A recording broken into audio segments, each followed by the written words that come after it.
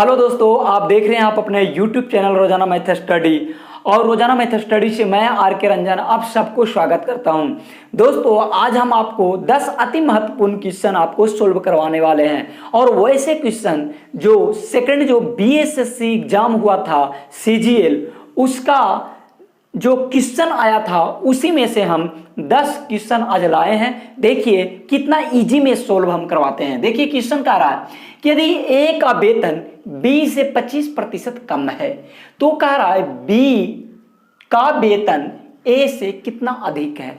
यदि कोई संख्या यदि कोई संख्या कम हो जाती है 25%, और 25% का मतलब है कि 25 × 100 यानी 1/4। 1/4 से यदि कोई संख्या कम हो जाती है तो वो संख्या 1/3 से क्या हो जाएगी, बढ़ जाएगी।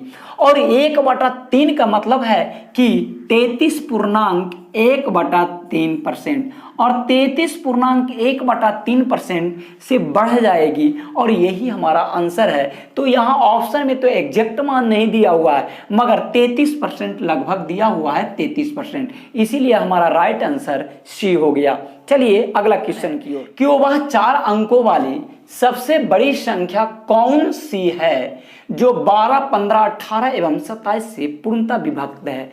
तो हम सबसे पहले तो 4 अंकों की सबसे बड़ी संख्या ज्ञात कर लेंगे।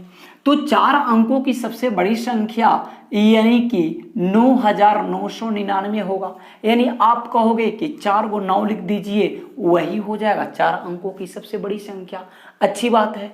अब देखिए, अब कह रहा है कि ये जो संख्या है जो 12, 15, 18 एवं 27 से पूर्णतः विभक्त हो जाए, तो हम क्या करेंगे, इन सारा संख्याओं का हम एलसीएम ले लेंगे और एलसीएम से इसमें भाग दे देंगे, और एलसीएम से इसमें भाग दे देंगे, और जो शेष बचेगा इसमें घटा देंगे, और वह जो संख्या प्राप्त होगा वही हमारा क्या होगा, आंसर होगा। अब देखिए वही चीज करते हैं। 12, 15, 18, 27, इधर देख लीजिए 12, 15, 18 और 27, इन सब का एलसीएम लेते हैं। अब देखिए 12 का क्या हम लिख सकते हैं, 2 × 2 4 अतिया 12 लिख सकते हैं, हाँ या नहीं, हाँ।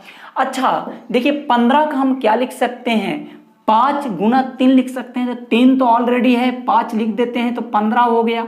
अच्छा 18 का क्या लिख सकते हैं, 6 × 3 6 18। अच्छा तो 3 दूना 6 तो है, 3 से गुना कर देंगे तो 18 भी पूरा हो गया। अतः 27 को क्या लिख सकते हैं, 3 × 9 और गुना 3, यदि 1 और 3 गुना कर दिए तो क्या हो गया, 27 भी पूरा हो गया। अब देखिए ये जो गुना करके जो आया वो हमारा एलसीएम प्राप्त होगा। यानी कहने का मतलब हुआ, देखिए 3 × 9, 9 × 27, 27 दूनी 54 और 5 दूना 10, 54 दहा को क्या हो गया, 540। यानी 540 जो आया, जो हमारा क्या हो गया, एलसीएम आ गया। अब क्या करेंगे कि अब हम इतना से भागा दे देंगे, यानी कि इतना में 540 से हम क्या कर देंगे, भागा दे देंगे।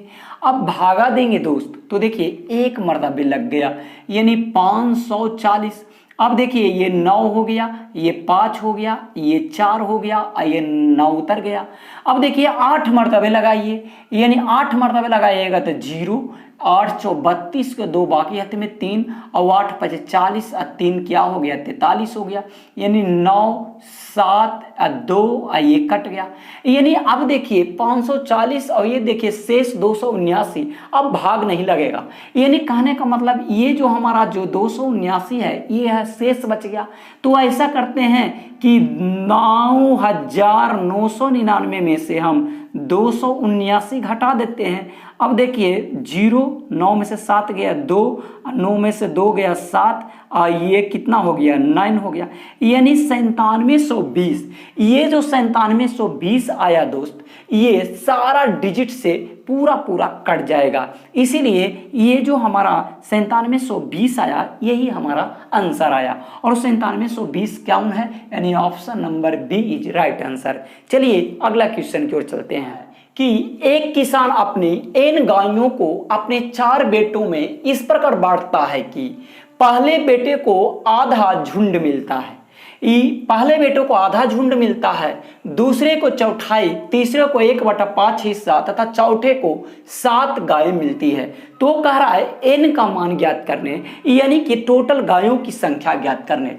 दोस्तों देखिए n गाय था, टोटल n गाय था और यही n गाय में पहले बेटों को झुंड का आधा, यानी जितना भी गाय था उसका कितना आधा दे दिया, हाँ या नहीं। अब देखिए फिर दूसरे को चौथाई, यानी जितना भी गाय था उसका चौथाई भाग दे दिया। अब देखिए तीसरे को 1/5, यानी जितना भी गाय था उसका 5वां भाग दे दिया, हाँ या नहीं। और चौथे को 7 गायें दे दिया। अच्छा अब क्या करेंगे कि इन चारों को यदि हम जोड़ देंगे, और यही तो n गाय है, हाँ या नहीं। इन चारों को जो योगफल आएगा n के बराबर होगा, हाँ या नहीं। अब देखिए यहां से क्या करेंगे कि n जो है वो n तरफ कर देंगे, तो क्या होगा n माइनस क्या होगा n/2, ये देखिए n/4 माइनस n/5, अब बराबर क्या होगा 7। अब देखिए इसका एलसीएम ले लीजिएगा, क्या होगा 20, तो ये क्या हो गया 20n माइनस, ये देखिए 5 2 दहे 20 10n होगा, माइनस ये देखिए 4 5 20 5n होगा, ये देखिए माइनस 5 24 4n होगा, हाँ या नहीं। अब बराबर 7 होगा। अच्छा ये देखिए क्या हो गया, ये सबका आगे माइनस है, सबका चिन्ह माइनस, इसका भी चिन्ह माइनस। ये देखिए 5 और 4 9 और 10 19, यानी 20n में से 19n गया तो कितना n बचा, यानी कि 1n, यानी कि n/20 अब बराबर कितना आ गया 7, यानी कि n बराबर 20 + 40 140, यानी कि जो आपका जो n का मान आ गया 140 आ गया। और यही n जो था टोटल गाय का झुंड था, यानी जो भी झुंड में था 140 गायें थी, यानी कि ऑप्शन नंबर आपका कितना हो गया, डी इज राइट आंसर। अब देखिए इसको हम एक तरीका से और बना सकते हैं। सबसे इसको क्या कर सकते हैं, इतना यदि हल नहीं करना है तो यहीं पर आप क्या कर सकते हैं, ऑप्शन बैठा सकते हैं। यही 140 को हम बैठाते हैं तो देखिए 70 दूना 140, देखिए 28 देखिए 35 4 से ये हो गया, देखिए 28 25 400 हो गया। अब ये देखिए 7, अब बराबर ये भी आना चाहिए 140 के बराबर आना चाहिए। ये देखिए जोड़ लीजिए 70 और 30 100 105 105, देखिए 105 और 7 112 और 112 28 कितना हो गया 112 28 140, यानी 140 के बराबर आ गया या नहीं आ गया, या नहीं आ गया। यानी कि आपका ऐसे भी आप बना सकते हैं, ऑप्शन देकर भी बना सकते हैं। चलिए अगला क्वेश्चन की ओर चलते हैं। आ रहा है कि एक व्यक्ति सोनपुर मेले में 2 घोड़े प्रत्येक को 14,000 रुपये में क्या क्या बेचता है, ठीक है। एक पर उसे 15% का लाभ हुआ और दूसरों को उसे 15% हानि पर बेचना पड़ गया। तो कह रहा है कि उस पूरे लेन देन हुआ, उस पूरा जो व्यापार हुआ, उस पूरे व्यापार में उसे कितना प्रतिशत लाभ या हानि हुआ, यही क्वेश्चन है। अब देखिए दोस्त अब क्या करेंगे, इसको समझने के लिए थोड़ा सा देखिए। यदि जब 2 वस्तुओं का विक्रय मूल्य एक ही हो, जब 2 वस्तुओं का विक्रय मूल्य एक ही हो और एक पर मान लिया जाए कि x% की लाभ होता है, एक पर x% का लाभ होता है और दूसरे पर x% का ही हानि होता है, तो उस स्थिति में हर हमेशा हानि ही होगा। समझ में आया। उस स्थिति में पूरे व्यापार लेन देन में क्या होगा, हानि ही होगा। और हानि बराबर क्या होगा, x²/100, यानी वहां क्या था, x था, x% की हानि हो रहा था और x% की लाभ हो रहा था। तो उस स्थिति में x²/100% का क्या होगा, हानि होगा। अब देखिए यहाँ x का वैल्यू हमारे यहाँ कितना है 15, यानी 15%। तो यहाँ हम 15 के स्क्वायर करेंगे तो 15 × 15 होगा, अब बटा 100% हो जाएगा। हाँ या नहीं। अब देखिए 15 गुना 15 कितना होता है 225। अब देखिए 2 अंक के बाद दशमलव, यानी कि इतना प्रतिशत का क्या होगा, हर हमेशा हानि, यानी इतना प्रतिशत की हानि होगी। यानी आपका option number D is right answer. समझ में आया दोस्तों। चलिए अगला क्वेश्चन की ओर, कि सोमवार, मंगलवार तथा बुधवार का औसत तापमान 40 डिग्री सेंटीग्रेड है। अच्छी बात है। मंगल, बुध तथा गुरुवार का औसत तापमान 41 डिग्री सेंटीग्रेड था। ठीक है।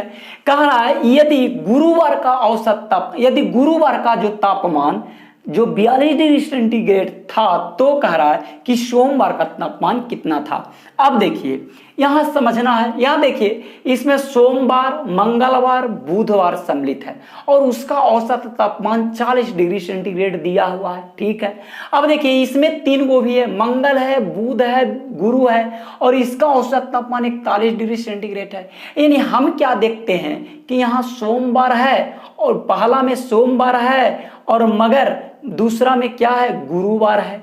यानी कि जरूर गुरुवार जो है जो सोमवार के बदले आया है, हाँ या नहीं, क्योंकि बुधवार मंगलवार इसमें भी है, बुधवार इसमें भी है, और इसमें सोमवार है और इसमें गुरुवार है।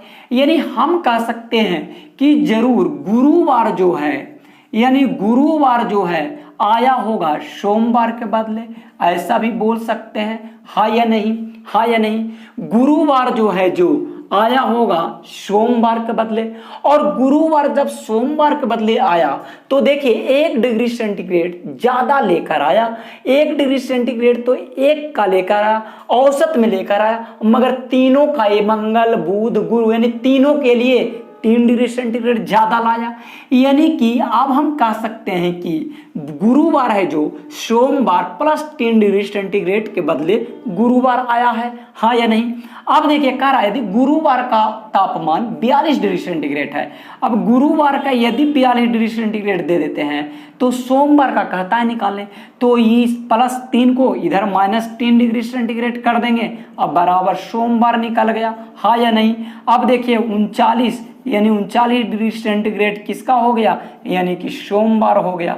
और यही तो हमारा आंसर पूछ रहा था कि सोमवार का औसत तापमान क्या है, तो देखिए सोमवार का औसत तापमान 39 डिग्री सेंटीग्रेड, यानी कि डी इज राइट आंसर। चलिए अगला क्वेश्चन की ओर चलते हैं। यदि चीनी का मूल्य 10% गिर जाता है तो किसी घर में चीनी की खपत कितनी प्रतिशत बढ़ाई जाए ताकि चीनी पर होने वाले व्यय में कोई गिरावट ना हो। यानी कि चीनी की खपत कितनी प्रतिशत बढ़ाई जाए।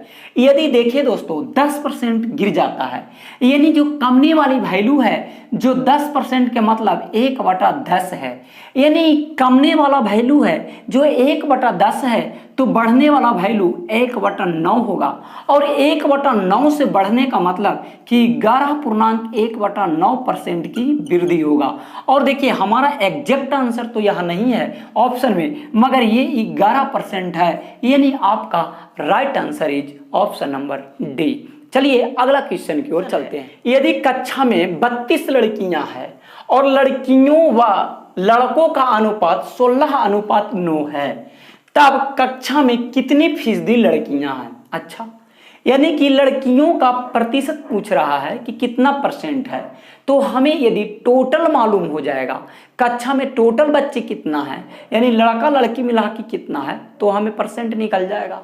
यानी 32 लड़कियां तो देल है मगर लड़कों की संख्या ज्ञात नहीं है, तो हम इस अनुपात की सहायता से हम क्या कर लेंगे, लड़कों की संख्या निकाल लेंगे, यानी बॉय की संख्या निकाल लेंगे। टोटल लड़की कितना है 32, यहां से देखिए लड़कियां व लड़का है, यानी टोटल लड़की यहाँ 16, और हमें तो बॉय निकालना है, यानी 9 से गुना कर देंगे, यानी 16 दूना 32, यानी 9 दूना 18, यानी कि कक्षा में 18 क्या है, 18 बॉय है, यानी 18 लड़का है। अच्छा 32 लड़कियां हैं, 18 क्या है, लड़का है, यानी टोटल आप देख लिए कि गर्ल प्लस बॉय मिला के कितना हो गया, यानी कि 50, यानी 50 हो गया, 50 हो गया। अब 50 में 32 क्या है, 50 में 32 लड़कियां हैं, यानी 50 में 32 लड़कियां, तो कितना परसेंट, यानी 100%, हाँ या नहीं। अब देखिए 50 दूना 100, यानी 32 दूना 64%, यानी लड़कियां का जो संख्या है वो कितना है, यानी कि लड़कियों की संख्या, यानी कि गर्ल की जो है, जो कितना है, यानी कि 64% है। यानी हमारा right answer is C is right answer. चलिए अगला क्वेश्चन की ओर चलते हैं कि 3 कार की गति का अनुपात 2, 3, 4 है, यानी 2:3:4 है, तथा उन तीनों कारों द्वारा समान दूरी तय करने में समय का अनुपात कितना होगा। एकदम पूरे आसान क्वेश्चन है। देखिए यानी कि ये जो दिए हुए हैं कार का जो गति यानी चाल दिए हुए हैं, कार का चाल दिए हुए है 2:3:4 है। अब याद रखिए जो चाल होता है, जो व्युत्क्रमानुपाती होता है समय का, समझ में आया। चाल जो होता है जो व्युत्क्रमानुपाती किसका होता है, समय का। यानी चाल जो है जो समय में बदल जाएगा, उल्टा हो जाएगा, तो इसको ढक लीजिए, यानी 4 तिया 12, इसको निकालना है तो इसको ढक लीजिए, 4 दूना 8, इसको निकालना है तो इसको ढक लीजिए, 3 दूना 6। अब देखिए इसको काटता है तो काट दीजिए, 6 दूना 12, 4 दूना 8, 3 दूना 6, यानी आपका आंसर जो हो गया 6, 4, 3 समय का। वही तो कह रहा है कि तो समय का अनुपात कितना होगा, तो समय का अनुपात 6, 4, 3, यानी कि right answer is option number D. चलिए अगला क्वेश्चन। एक कार्य पूरा करने में 20 से 50% अधिक समय लेता है, यानी समय की बात कह रहा है ए और बी।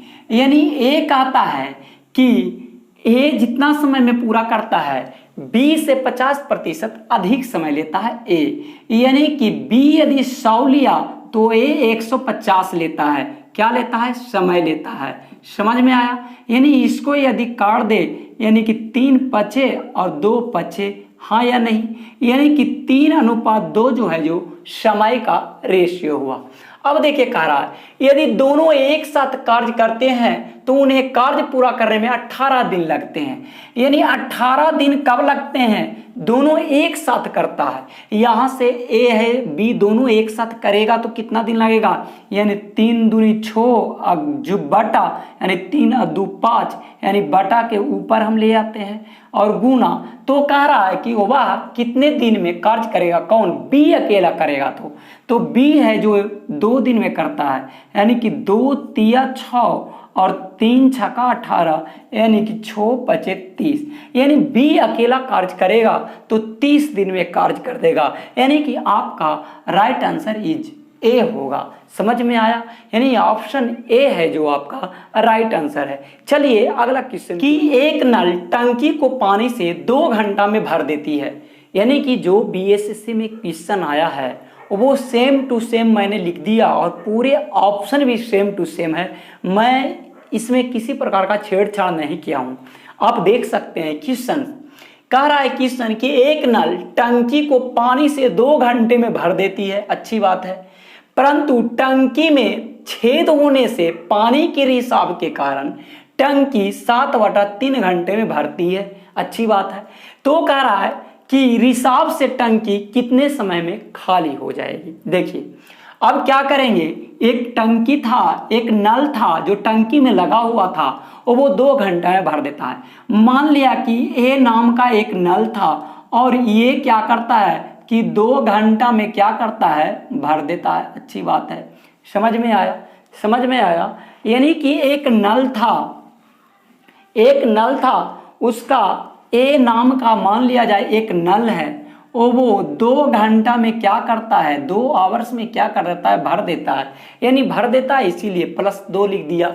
फिर कहता है परंतु टंकी की तली में छेद होने से पानी के रिसने के कारण टंकी 7/3 घंटे में भरती है। यानी कि भरने वक्त ध्यान नहीं दिया और वो टंकी फटा हुआ था, रिस रहा था और यही ए नाम का जो नल था वो चालू कर दिया। समझ में आया।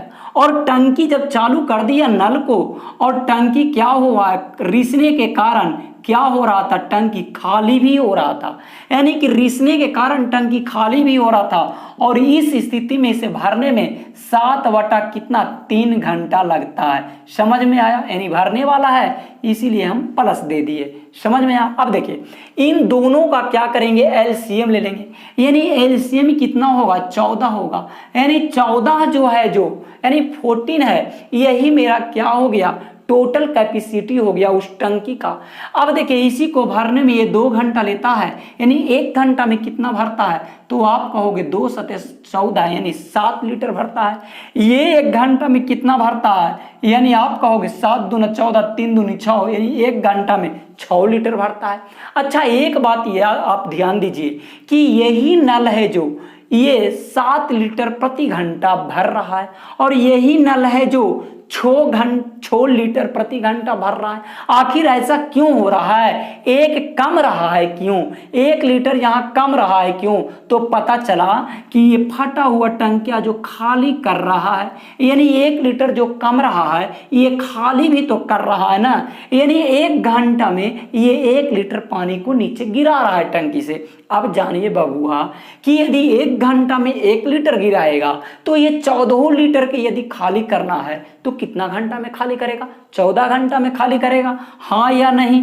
14 लीटर को यदि पूरा खाली करना है इसको, यदि ये 1 घंटा में 1 लीटर गिराता है तो 14 लीटर 14 घंटा में गिराएगा, बात तो बराबर है। चलिए क्वेश्चन आपका समाप्त हुआ। दोस्तों यदि आपको ये अच्छा लगा तो आप जरूर इस वीडियो को लाइक करें और इस चैनल को सब्सक्राइब करें। आगे भी हम इसी प्रकार के क्वेश्चन लाते रहेंगे। तब तक आप अपना ख्याल रखिए। Okay, thank you.